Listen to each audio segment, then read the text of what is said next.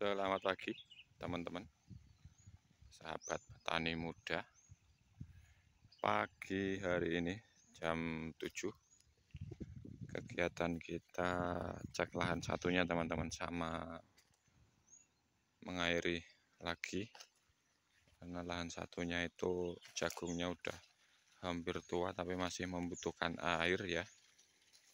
Nah, kita gunakan pompa tadi, pompa air dari sungai. Seperti ini penampakannya, kita oper ke sini. Dari ujung sana kita selang sampai sini ya. Tuh, kita airi. Penampakannya ini penampakannya. Boyet. Karena beberapa hari ini ada angin besar terus ya. Jadi tanaman kita banyak yang roboh. Tuh, tertiup angin sampai yang bawah-bawah sana juga. Karena batangnya ini terlalu tinggi. Jadi efeknya begini. Tuh, banyak yang tertidur dia. Tapi ya sebenarnya cuma nambruk aja, kalau mati itu enggak. Cuma nambruk dan patah batangnya. Kalau mati tidak. Karena dengan tinggi mencapai hampir 3 meter ya. Ya 3 meter lah kurang lebih ini. Pol sana saya juga heran ini. Padahal yang musim lalu tanam enggak begini tinggi. Tapi ini menjadi tinggi banget, atau mungkin karena over pupuk ya, saya mungkin pupuknya ya terlalu kencang kemarin, jadi pertumbuhannya terlalu ke atas banget. Sebenarnya standarnya itu di bawahnya lagi setengah meter lah dari atas, cuman ini kok bisa over banget tingginya ya. Efeknya ya begini, jadi gampang roboh kalau tertiup angin.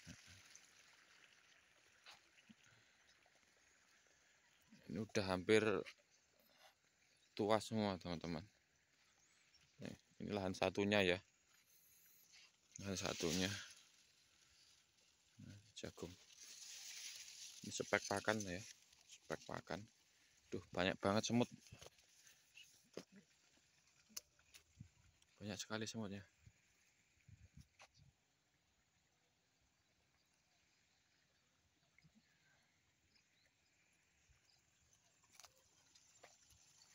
Ya, di lahan keadaan pagi, melihat tanaman banyak yang ambruk itu agak lemes, agak lemes. Tapi untung nggak ada yang patah total ya, cuman ambruk aja. Dari segi batangnya itu cuman ambruk aja yang dalam sana itu.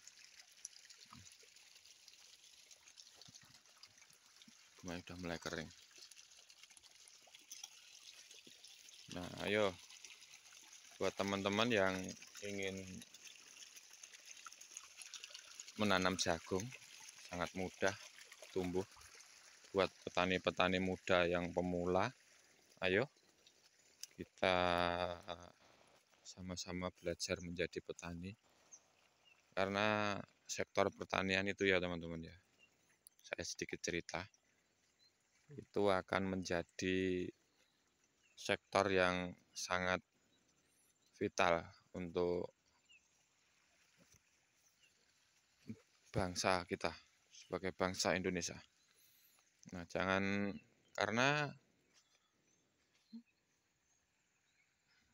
kita sudah kehilangan generasi petani. Indonesia itu sudah kehilangan generasi penerus menjadi petani. Nah, petani kita itu udah petani senior semua, atau sudah generasi lama, generasi orang-orang tua. Jadi mereka juga sebentar lagi akan pensiun. Dan penerusnya juga 70% atau 80% itu sudah hilang generasi menjadi petani.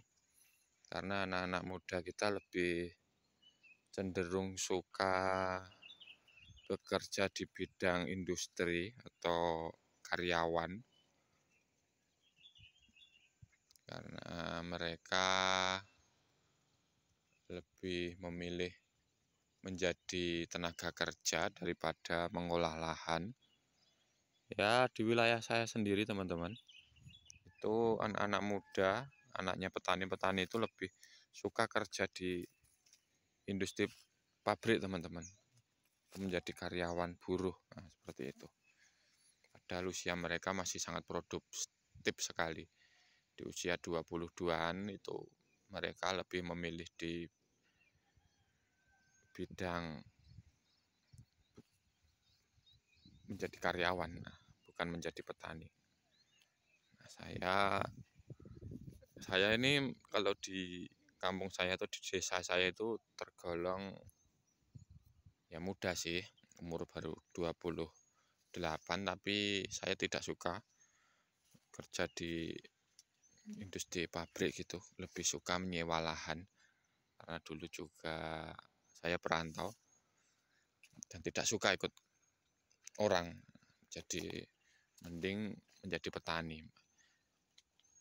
Petani itu lebih santai menurut saya, lebih santai, tidak ada yang mengatur harus begini, jam kerjanya pun saya suka, jam kerjanya tidak ada yang menentukan.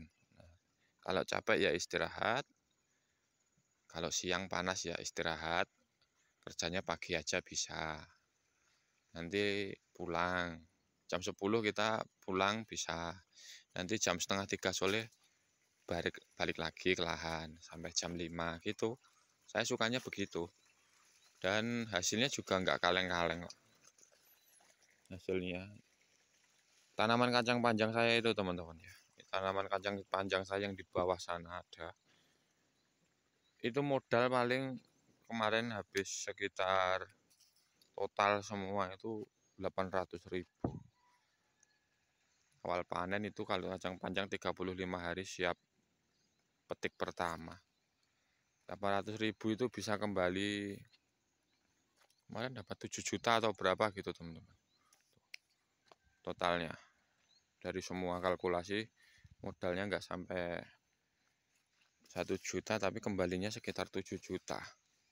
Kalau harganya bagus sih, kalau nggak bagus ya nggak rugi kok. Paling 3 juta itu dapat kalau harganya biasa. Cuman kalau harga bagus ya 7 juta ke 8 juta itu masuk lah.